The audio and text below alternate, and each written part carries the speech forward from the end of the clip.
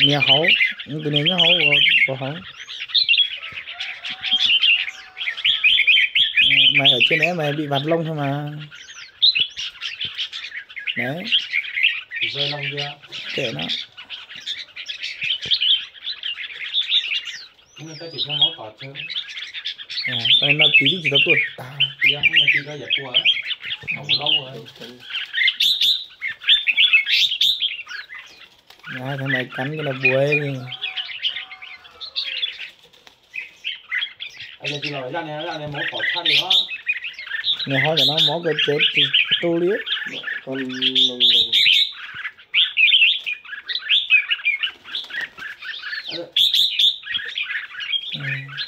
anh con này con máu ruột tỏi đi. Kệ nó. Con này con máu ruột tỏi đi. Đánh đi tống. chỉ lo tỏi người đi đó. Nhìn đám máu ruột tỏi giờ lòng với con này là. Nhớ là nó chế hết sao.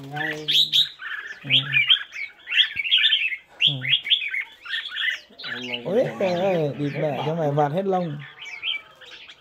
Nên nó phải cứ nhớ từ dự mà nó nói với con này là.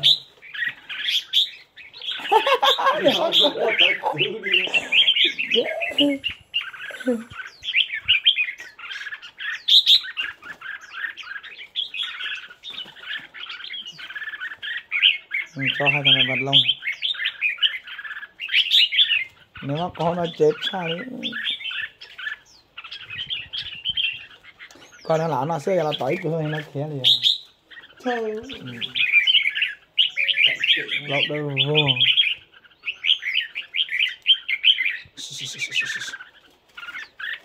Nếu nó lòi nếu nó lọt tuột tốc nó lúc khác tiến liên này. Con nó có máu tọt không? À. Cái gì của mình hối đi. Khi đi nó chết rồi.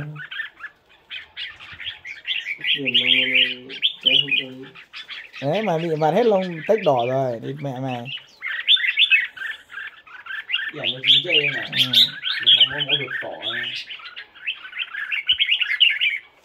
Nên nó lót tạt đó. Quá hay luôn.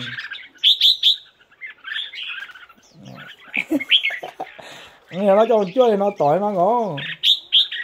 Nó có máu tọt không? Đó một chiều sâu số này nhá. Số mà tầm siêu Nó tọt sao? Siêu sao ở nhà.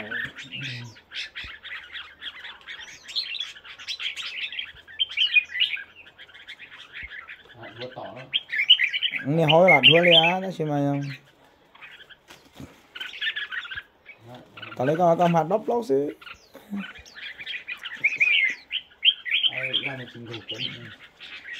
Tao lấy con hạt đốc lóc xí. Ya lò lên xí. Xòe hết bản luôn thế này. Đấy, ló.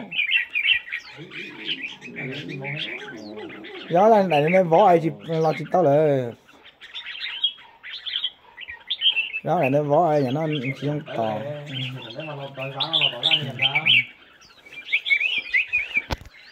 Xòe hết bản luôn.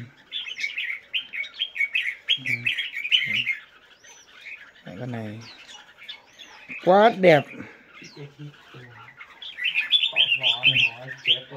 Xòe mềm hết bản luôn đấy anh em nhá.